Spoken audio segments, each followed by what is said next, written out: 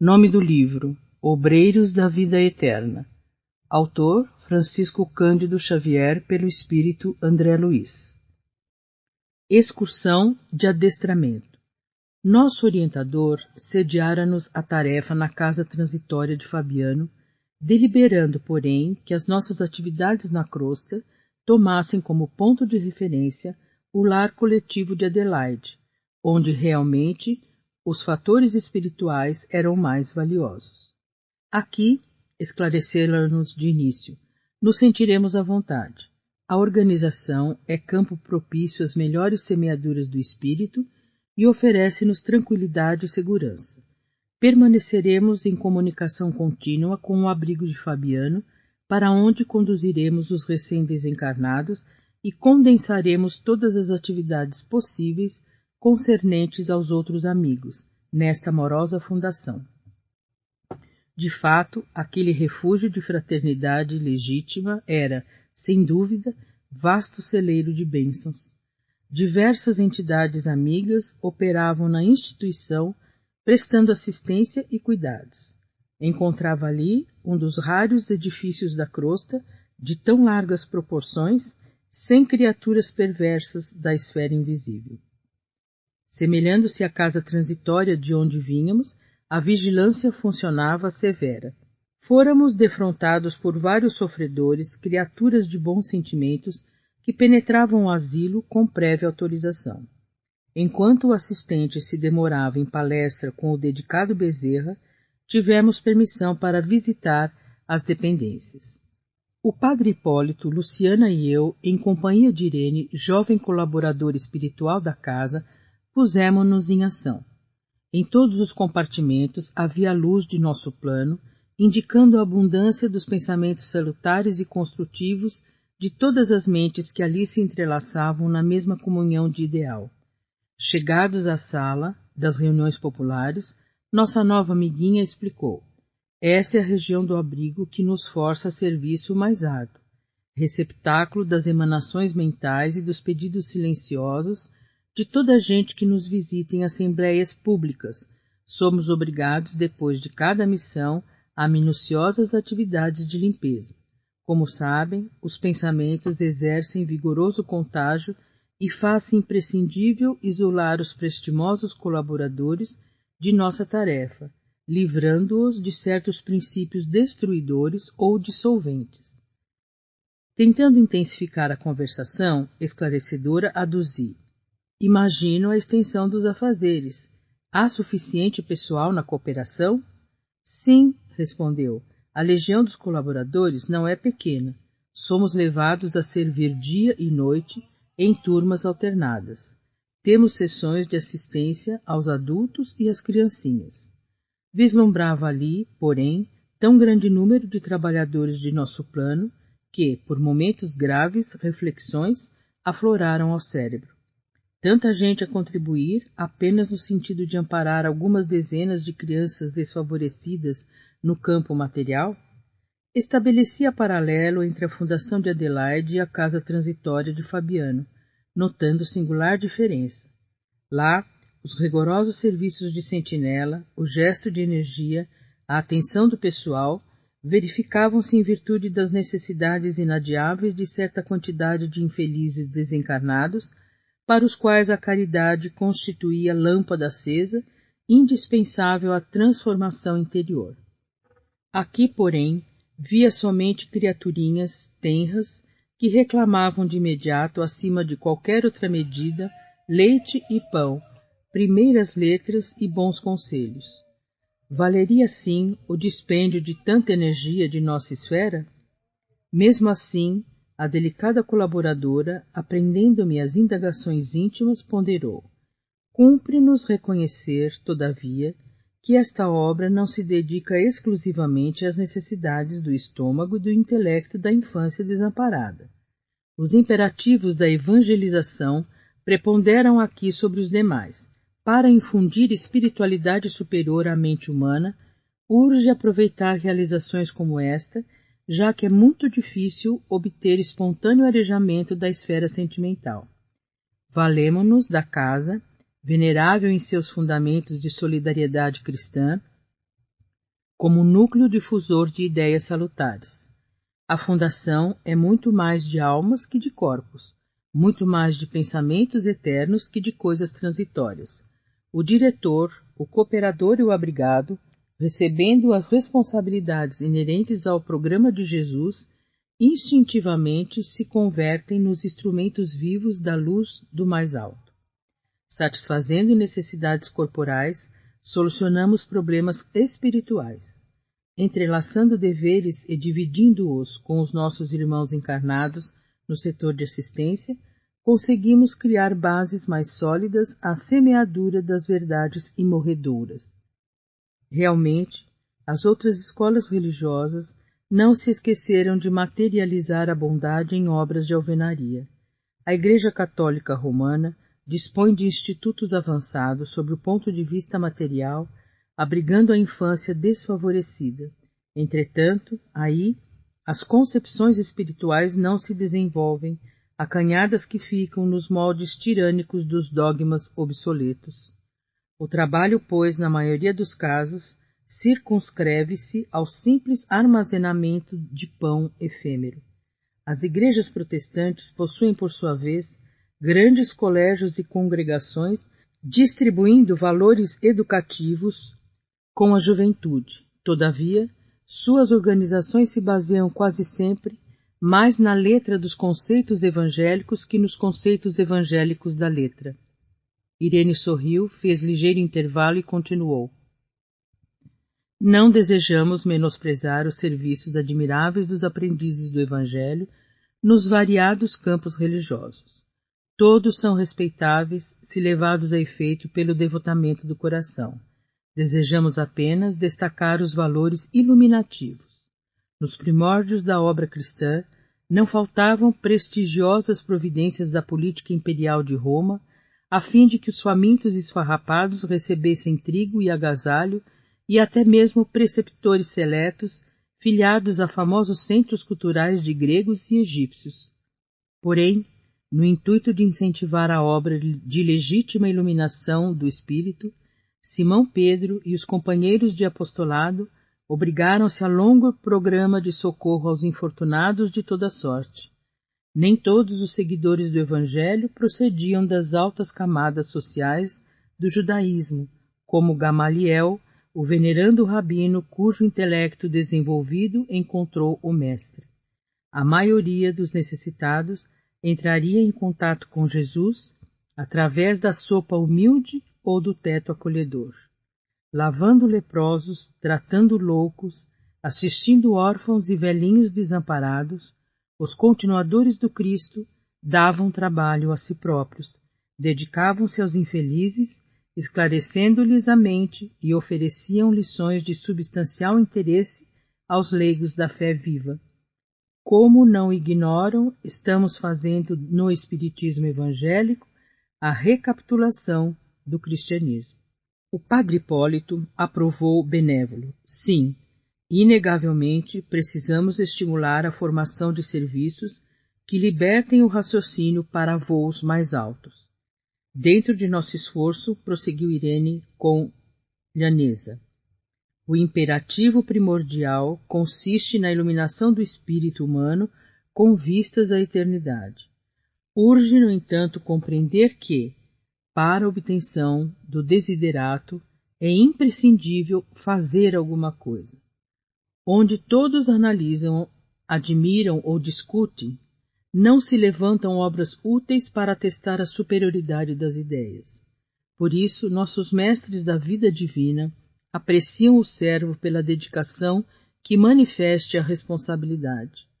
O necessitado, o beneficiário, o crente e o investigador virão sempre aos nossos centros de organização da doutrina, e toda vez que exercitem o serviço cristão pela mediunidade ativa, pela assistência fraterna, pelos trabalhos de solidariedade comum, quaisquer que sejam, apresentam caracteres mais positivos de renovação, porque a responsabilidade na realização do bem, voluntariamente aceita, transforma-os em traços animados entre dois mundos, o que dá e o que recebe.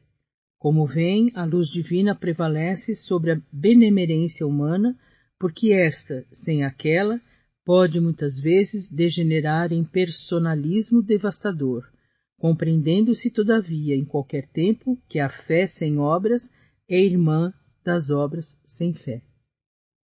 Continuou Irene em sua brilhante argumentação, ensinando-nos, vivaz, a ciência da fraternidade e do entendimento construtivo. Ouvindo-a, percebi, acima de toda preocupação individualista, que a difusão da luz espiritual na crosta terrestre não é ação milagrosa, mas edificação paciente e progressiva. As casas de benemerência social sobre as águas pesadas do pensamento humano funcionam como grandes navios de abastecimento à coletividade faminta de luz e necessitada de princípios renovadores. Passei a ver o estômago dos pequeninos em plano secundário, porque era a claridade positiva do Evangelho que inundava agora minha alma, convidando-me à contemplação feliz do futuro maior. Caíra a noite e continuávamos em companhia da estimada irmã que nos apresentava a instituição, comentando-lhe com oportunidade e sabedoria o salutar programa. Observamos os serviços espirituais que se preparavam ante a noite próxima. Aqui eram cuidadosas preceptoras desencarnadas que reuniriam as crianças nos momentos de sono físico em ensinos benéficos. Acolá eram benfeitores diversos a buscarem irmãos para experiência e dádivas preciosas nos círculos de nossa movimentação. Refundi minha apreciação inicial, enxergando mais uma vez naquele instituto abençoada escola de espiritualidade superior pelo ensejo de semeadura divina que proporcionava aos missionários da luz. Decorrido longo tempo, já noite fechada, o assistente Jerônimo convocou-nos ao serviço. Irene acompanhou-nos à câmara de Adelaide, onde o nosso dirigente se encontrava em conversação com outros amigos. Foi breve nas determinações. Após ouvir a nova amiguinha, que se colocava à nossa disposição para qualquer concurso fraterno, recomendou a Luciana e a Irene trouxessem a irmã Albina, ao passo que o padre Hipólito e eu deveríamos conduzir Dimas, Fábio e Cavalcante àquele compartimento, de onde seguiríamos para a casa transitória de Fabiano em excursão de aprendizado e adestramento. Ambos os grupos partimos em direção diversa.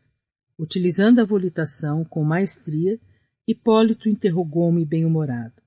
Já participara você de serviço igual ao de hoje? Confessei que não, rogando-lhe esclarecimento. É fácil, tornou.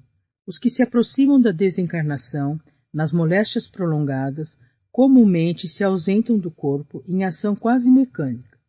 Os familiares terrestres, por sua vez, cansados de vigílias, tudo fazem por rodear os enfermos de silêncio e cuidado. Desse modo, não é difícil afastá-los para a tarefa de preparação. Geralmente estão hesitantes, enfraquecidos, semi-inconscientes, mas nosso auxílio magnético resolverá o problema. Conservar-nos-emos nas extremidades, segurando-lhes as mãos, e, impulsionados por nossa energia, volitarão conosco sem maiores impedimentos. Recebi a explicação com interesse e em breve penetrávamos a modesta residência de Dimas. Aliviado por injeção repousante, não encontramos dificuldade para subtraí-lo à atenção dos parentes. Notando-nos a presença, sondou-nos a disposição fraterna e perguntou: "Ó, meus amigos, será hoje o fim? Como tenho suspirado pela libertação!" "Não, meu caro", acentuou Hipólito, sorrindo. "É preciso tolerar mais um pouco. O descanso, porém, não tardará muito. Venha conosco, não temos tempo a perder."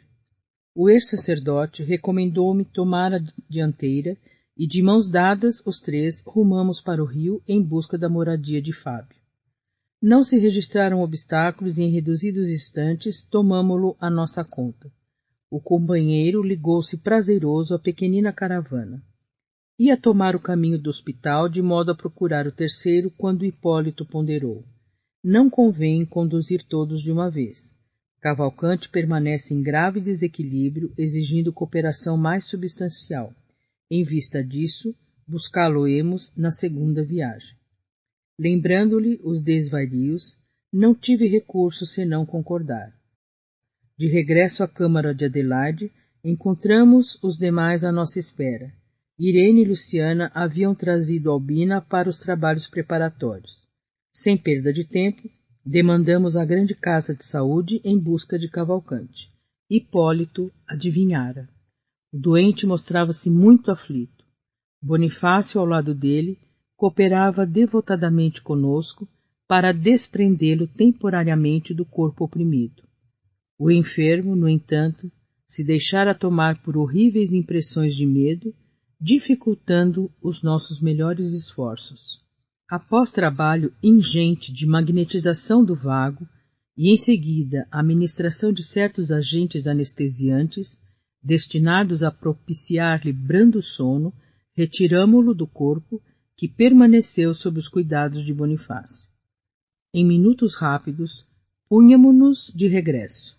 Com a aquiescência de Jerônimo, alguns amigos dos enfermos acompanhar-nos-iam à casa transitória. Dos 5 doentes, Adelaide e Fábio eram os únicos que revelavam consciência mais nítida da situação. Os demais titubeavam enfraquecidos, baldos de noção clara do que corria. O assistente organizou a corrente magnética tomando posição guiadora. Cada irmão encarnado localizava-se entre 2 de nós outros, almas libertas do plano físico, mais experimentadas no campo espiritual. De mãos entrelaçadas para permutar energias em assistência mútua, utilizamos intensivamente a volitação ganhando alturas. Adelaide e Fábio, algo habituados ao desdobramento, assumiram discreta atitude de observação e silêncio. Os outros, porém, comentavam o acontecimento em altos brados. Ó grande Deus! Exclamava Albina, rememorando passagens bíblicas. Estaremos nós no glorioso carro de Elias? Dai-me forças, ó Pai de misericórdia, expressava-se Cavalcante, de alma opressa. Falta-me a confissão geral, ainda não recebi o viático. Ó, não me deixes enfrentar os vossos juízos com a consciência mergulhada no mal. Suas rogativas sensibilizavam-nos os corações. Dimas, por sua vez, balbuciava exclamações ininteligíveis entre assombrado e inquieto. Atravessava a região estratosférica, a ionosfera, surgia-nos à vista apresentando enorme diferença por causa do afluxo intenso dos raios cósmicos em combinação com as emanações lunares. Espantado, Dimas perguntou em voz alta: que rio é esse? Ah, tenho medo, não posso atravessá-lo, não posso. O impulso magnético inicial fornecido por Jerônimo era, no entanto, excessivamente forte para sofrer solução de continuidade ante tão débil resistência, e o grupo avançou sem recuos, até que, muito além, alcançamos o asilo de Fabiano, onde a irmã Zenóbia nos acolheu de braços carinhosos. Congregávamos-nos todos nós, os componentes da missão socorrista, os enfermos e mais 6 amigos desses últimos, detentores de elevados conhecimentos. Em pequena sala, posta à nossa disposição, Gotuso, por gentileza, aplicou vigorosos recursos fluídicos em nossos tutelados, que os receberam como crianças incapacitadas de imediato julgamento, exceção de Adelaide e Fábio, que se mantinham cônscios do fenômeno. Em seguida, o prestimoso Jerônimo tomou a palavra e dirigiu-se a eles comentando: Amigos, o concurso desta noite não se destina à cura do corpo grosseiro, posto agora à distância pelas necessidades do momento. Tentamos revigorar-vos o organismo espiritual, preparando-vos o desligamento definitivo, sem alarmes de dor alucinatória. Devo confessar-vos que, retomando o vaso físico, experimentareis natural piora de vossas sensações, agravando-se-vos a tortura, porque os remédios para a alma, na presente situação, intensificam os males da carne. Certificai-vos, portanto, de que as providências dessa hora constituem ajuda efetiva à libertação. De retorno ao antigo ninho doméstico, encerrada esta primeira excursão de adestramento, encontrareis mais tristeza no terreno da crosta, mais angústia nas células físicas, mais inquietude no coração, porque a vossa mente, no processo das recordações instintivas, terá fixado com maior ou menor intensidade o contentamento sublime deste instante. Preparai-vos, pois, para vir até nós.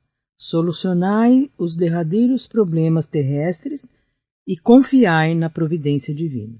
Logo após, verificou-se breve intervalo, durante o qual permaneceríamos à vontade.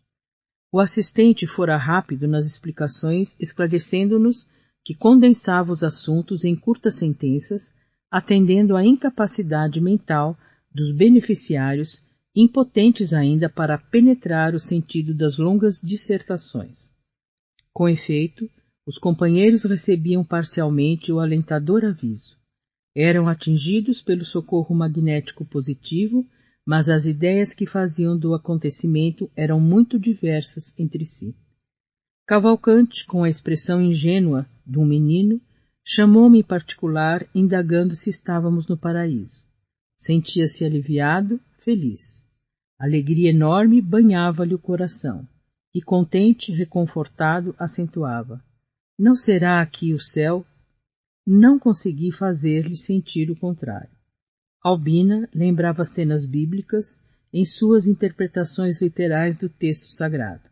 Depois de observar o nevoeiro exterior, circunspecta, perguntou a Luciana se aquela era a casa do Senhor, mencionada no capítulo 8º do primeiro livro dos Reis, em vista da nuvem de matéria densa que cercava a paisagem. Dentre os espiritistas, Adelaide e Fábio entregavam-se à reserva feliz da oração, mas Dimas, embriagado de felicidade pelo provisório alívio, abeirou-se curioso do padre Hipólito e inquiriu se a zona representava alguma dependência venturosa de Marte. O ex-sacerdote esboçou largo sorriso e respondeu complacente: não, meu amigo, isto aqui ainda é a Terra mesmo. Estamos muito longe dos outros planetas. Trocamos inteligente olhar que traduzia bom humor. Antes de nossas considerações, talvez desnecessárias, Jerônimo interveio acrescentando: o plano impressivo da mente grava as imagens dos preconceitos e dogmas religiosos com singular consistência. A transformação compulsória pelo decesso reintegrará a criatura no patrimônio de suas faculdades superiores.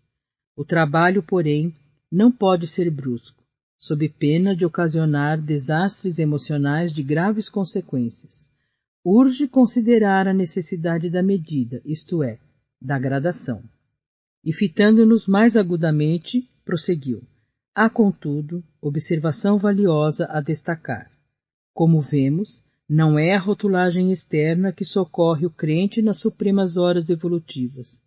É justamente a sementeira do esforço próprio nos serviços da sabedoria e do amor, que frutifica no instante oportuno, através de providências intercessórias ou de compensações espontâneas da lei, que manda entregar as respostas do céu a cada um por suas obras. Todo lugar do universo, portanto, pode ser convertido em santuário de luz eterna, desde que a execução dos divinos desígnios seja a alegria de nossa própria vontade. Fim da colheita de preciosos ensinamentos, começamos a regressar, terminando assim a nossa feliz excursão. Devolvendo os enfermos aos leitos de origem, verificamos as impressões diferentes de cada um. Fábio demonstrava infinito conforto no campo íntimo. Cavalcanti acordou no organismo da carne, pensando em recorrer à Eucaristia pela manhã, e Dimas, ao despertar junto de nós, chamou a esposa e afirmou com voz fraca: oh, como foi maravilhoso o meu sonho de agora! Vi-me à beira de rio caudaloso e brilhante, que atravessei com auxílio de benfeitores invisíveis, chegando em seguida à grande casa cheia de luz. Pousou a descarnada mão na testa úmida e exclamou: ah, como desejaria lembrar-me de tudo! Tenho a impressão de que visitei um mundo feliz, recebendo ensinamentos de grande significação, mas a cabeça falha. A companheira tranquilizou-o, exortando-o a dormir. realizara-se a primeira excursão de adestramento com os amigos, que dentro em breve viriam ter conosco. Congregados de novo na abençoada instituição de Adelaide, deliberou Jerônimo nosso retorno à casa transitória de Fabiano para descansar e servir em outros setores, toda vez que a oportunidade de trabalho útil nos bafejasse com a sua bênção.